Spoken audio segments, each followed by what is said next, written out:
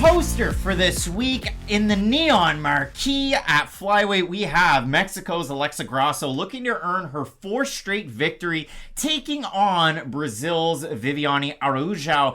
And listen, I really do appreciate everybody that's tuned in this week. You folks have really been in the driver's seat for this show. YouTube community tab, Instagram at Fight Night Picks, tossing us a like, subscribing to the channel, really growing the Fight Night Picks brand. And I do want to say thank you so much because you guys have really done a great job. Next weekend, of course, you have the big time pay-per-view card, Charles Oliveira taking on Islam Makhachev in the main event. You have a big time main event after that one in a fight night with Arnold Allen and Calvin Kattar. Matt, MMA is really on the uptick right now.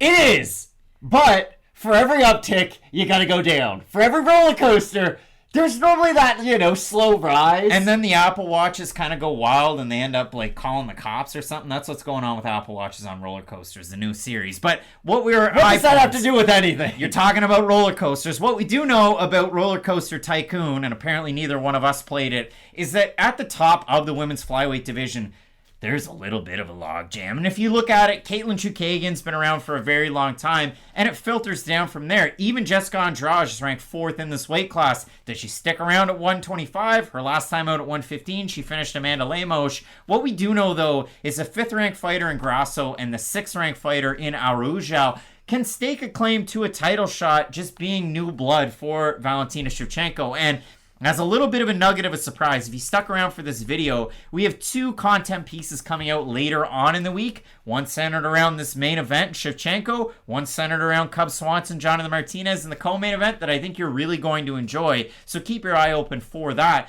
But again, Grasso wins, that's 4 in a row. Araujo wins, that's 2 in a row. It's just kind of an odd spot the division's at right now. The flyweight division is probably the weakest right now of the 3 women's divisions. I think that's fair to say. Okay, featherweight fucking sucks, but that's because there's 1 fighter in it, so I feel easy saying that. There's 2. There's Norma Dumont and the champ. My bad. Sorry, there's 2 fighters in a division. This is a weird fight, though, and I was really excited for the last main event that we got between Yan Xiaonan versus Mackenzie Dern because that was a very similar fight. It was 2 fighters who, they might not be guaranteed a title shot after the fight's over, but something big is going to happen to them. With this fight, I don't really know, because for Araujo, even with a win over Grasso, who has looked really good as of late, I still feel like Viviane would need one more really big win after this to really stake her claim to be able to get in there with someone like Shevchenko. But for Grasso, I think 4 fights in a row probably would be good enough to get her in there. They've always wanted a Mexican star, if you will, to help get the UFC title. That was a big thing with Yair Rodriguez for years before he had his issues, before he came back his last time against Brian Ortega. But I think this is an interesting fight because Viviane Araujo has shown to be title caliber, I would say, at some points in her UFC tenure. But every time you really want to believe in her, that's when there's a dud of a performance, and she really just needs to have more of a steadiness throughout her MMA game. She has great kickboxing. She's a really good striker on the outside. We know how good her Muay Thai is. But she doesn't have the best pace to go along with her cardio, to go along with that striking, and that's that one area where if she could just refine her pace, that would really take her from just being like an all-star level player, if you will, and put her into that all-NBA MVP type conversation. Like, if you really want to mix your martial arts and mix your sports, Viviane Araujo won the Pancrase title, comes into the UFC, and then went back to back to back, like Tim Raines, Derek Jeter, and Paul O'Neill in the 1997 ALDS Game 1, if baseball fans are hot on it.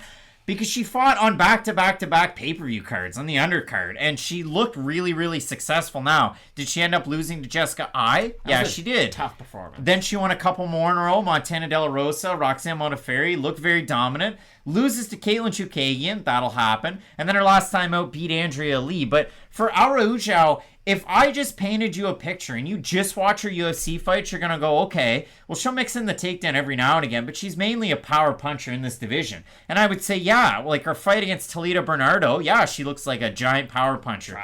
She's actually a Brazilian Jiu-Jitsu black belt, and she really does have a good lineage of judo to back that up as well. It's just not that every fight that's something you see out of Araujo.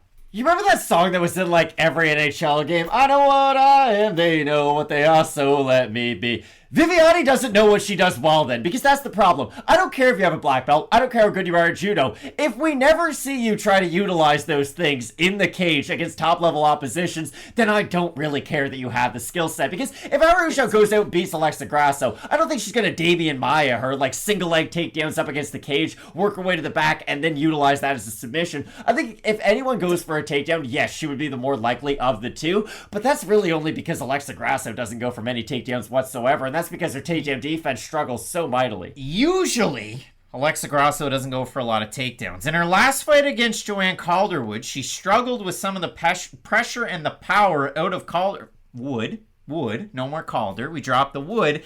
For Grasso, she ends up getting the fight down to the mat and submitting Joanne Wood for the first submission victory of her entire career. How wild was that? If you're going to get your first submission victory of your career, you're probably going to do it against Joanne Dr. Wood. Neville. So we'll see. Again, can Araujo's powerful style out of Serrato MMA, her Julian Lane-esque style, translate to round 3, round 4, and round 5? Or will the more efficient volume striking out of Grasso win out as the fight progresses? That's really the big thing for me. I don't see there being a lot of momentum swings in this fight.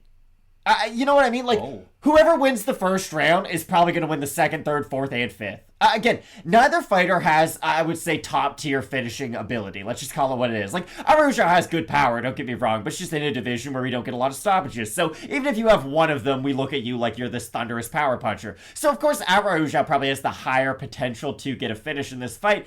But if Alexa Grasso is on her back foot, throwing with volume, doing that pitter-patter game and avoiding the big shots, that's not a style that can't be sustainable for 25 minutes. And if Araujo just gets into the face of Grasso, doesn't worry about the pitter-patter, and makes Grasso feel her physicality, that's also a style that's sustainable for 25 minutes.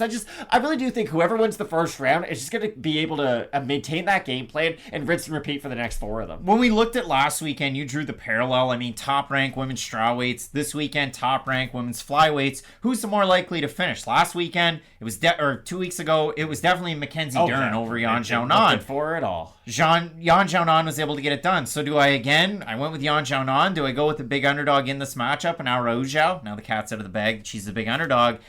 Not necessarily. I don't look at it that way. I do look at Araujo similar to Dern, where Araujo, more methods of victory, more methods of finish, surely. I mean, you look at Grasso and you mentioned it. Takedown defense can be shoddy. It's 60% in the UFC. She's 6-3 in the UFC. Who did she struggle against? Well, Macy Barber got 3. Felice Herring she struggled with. Macy Barber got 3. I'm going backwards. Sorry. Carla Esparza got 4. Tatiana Suarez got 2 and finished her.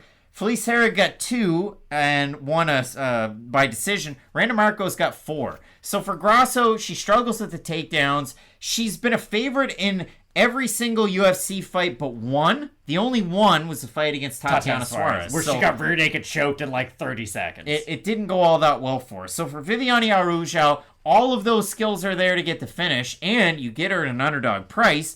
The line open, -170 Grasso, it's -210 right now. For Araujo, open +145, +170. We have a look at the votes because we threw this one into the YouTube community tab. You folks voted 78% with Alexa Grasso, 22% with Araujo. Russ Godet is saying Alexa's going to keep it on the feet and get the win. Chad the OC Dad, we were watching Grasso in her prime. Going to be a fun fight. Grasso by decision. I mean, a decent call because Grasso is, of course, 29. We're talking about Alexa Grasso like she's Jason Tatum, though. You got Araujo at 35. Watching her in her prime. Will T saying, Nita, who cares button? And my response to that was Swanson Martinez with a bunch of fire emojis, because there's that.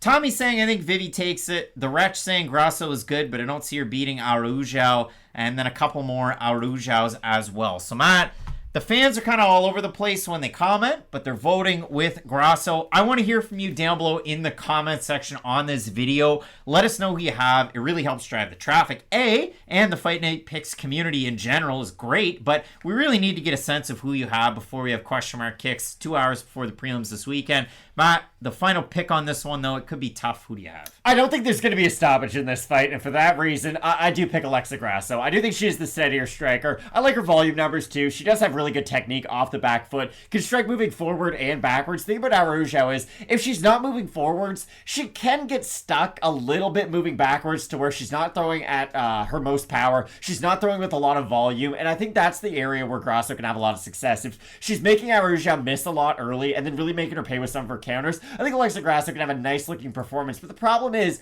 and this can be a problem for a lot of the fighters in this division until they do fight Valentina, or at least start making like really competitive performances against her.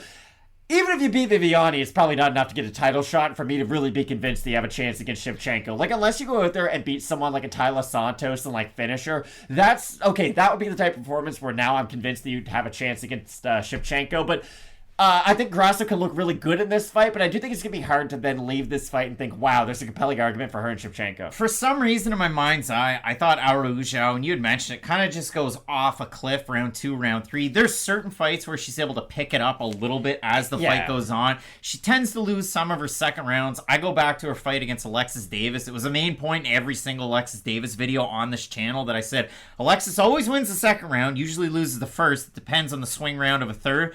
I thought Davis beat Araujo in that fight, or I thought it was at least very close and could have gone either way. Araujo ends up getting the win, but then I go through some of it. She gets beat with the volume numbers of Jessica Ai. She gets beat by the volume of Caitlin Chukagi on the back foot. She has a close fight against Andrea Lee where it's her takedowns and her submission attempts that win her the fight, but she did get dropped by Andrea Lee in that one. For me, I'll go with the volume numbers out of Grasso. Grasso has, in her own right, been able to pick it up as fights go on, kind of like Kamaru Usman's able to do in some of his fights, continue to stay hot round 3, 4, and 5. Obviously, big opportunity in the first 5-round fight for both these women in the UFC, but I'm ever so slightly going with Grasso. Don't really love a minus 200 line on her in this one because I think, again, Araujo has more methods of victory. Brazilian Jiu-Jitsu black belt, Judo black belt as well, and if she can take it down to the mat, she can make it all kinds of uncomfortable for Grasso here. I think she can, but again, I think Grasso's going to be able to keep it on the feet. Should be a fun fight for as long as it lasts, and I do expect it to last the full 25 minutes, but I got Grasso. If you like April Wines harder, faster, let us know down below in the comments section. We made that reference in the last fight. We have question mark kicks 2 hours before the prelims, Matt. What does that entail on Saturday? It's just a chance for us to look at the weigh-ins, give our last prediction on any fights in case we did change our mind throughout the week. Maybe we watched a little bit more tape. Maybe we saw something in the media we didn't like. For any other reason under the sun, it just gives us a chance to go back through the fights and talk to you guys one last time. Let us know what you like, what you didn't like. Make sure that you comment down below. A like on this video is definitely appreciated, and if you are so inclined, subscribe. Big things coming, and throughout this fight week, a special encore, a Valentina Shevchenko video with these two involved. That's coming out this week. A Cub Swanson and Jonathan Martinez video coming out. That will be there as well. A big week for Fight Night picks with content that you've never seen before from the channel. Just keep it locked in with Fight Night picks, as we always say. Let's get into it.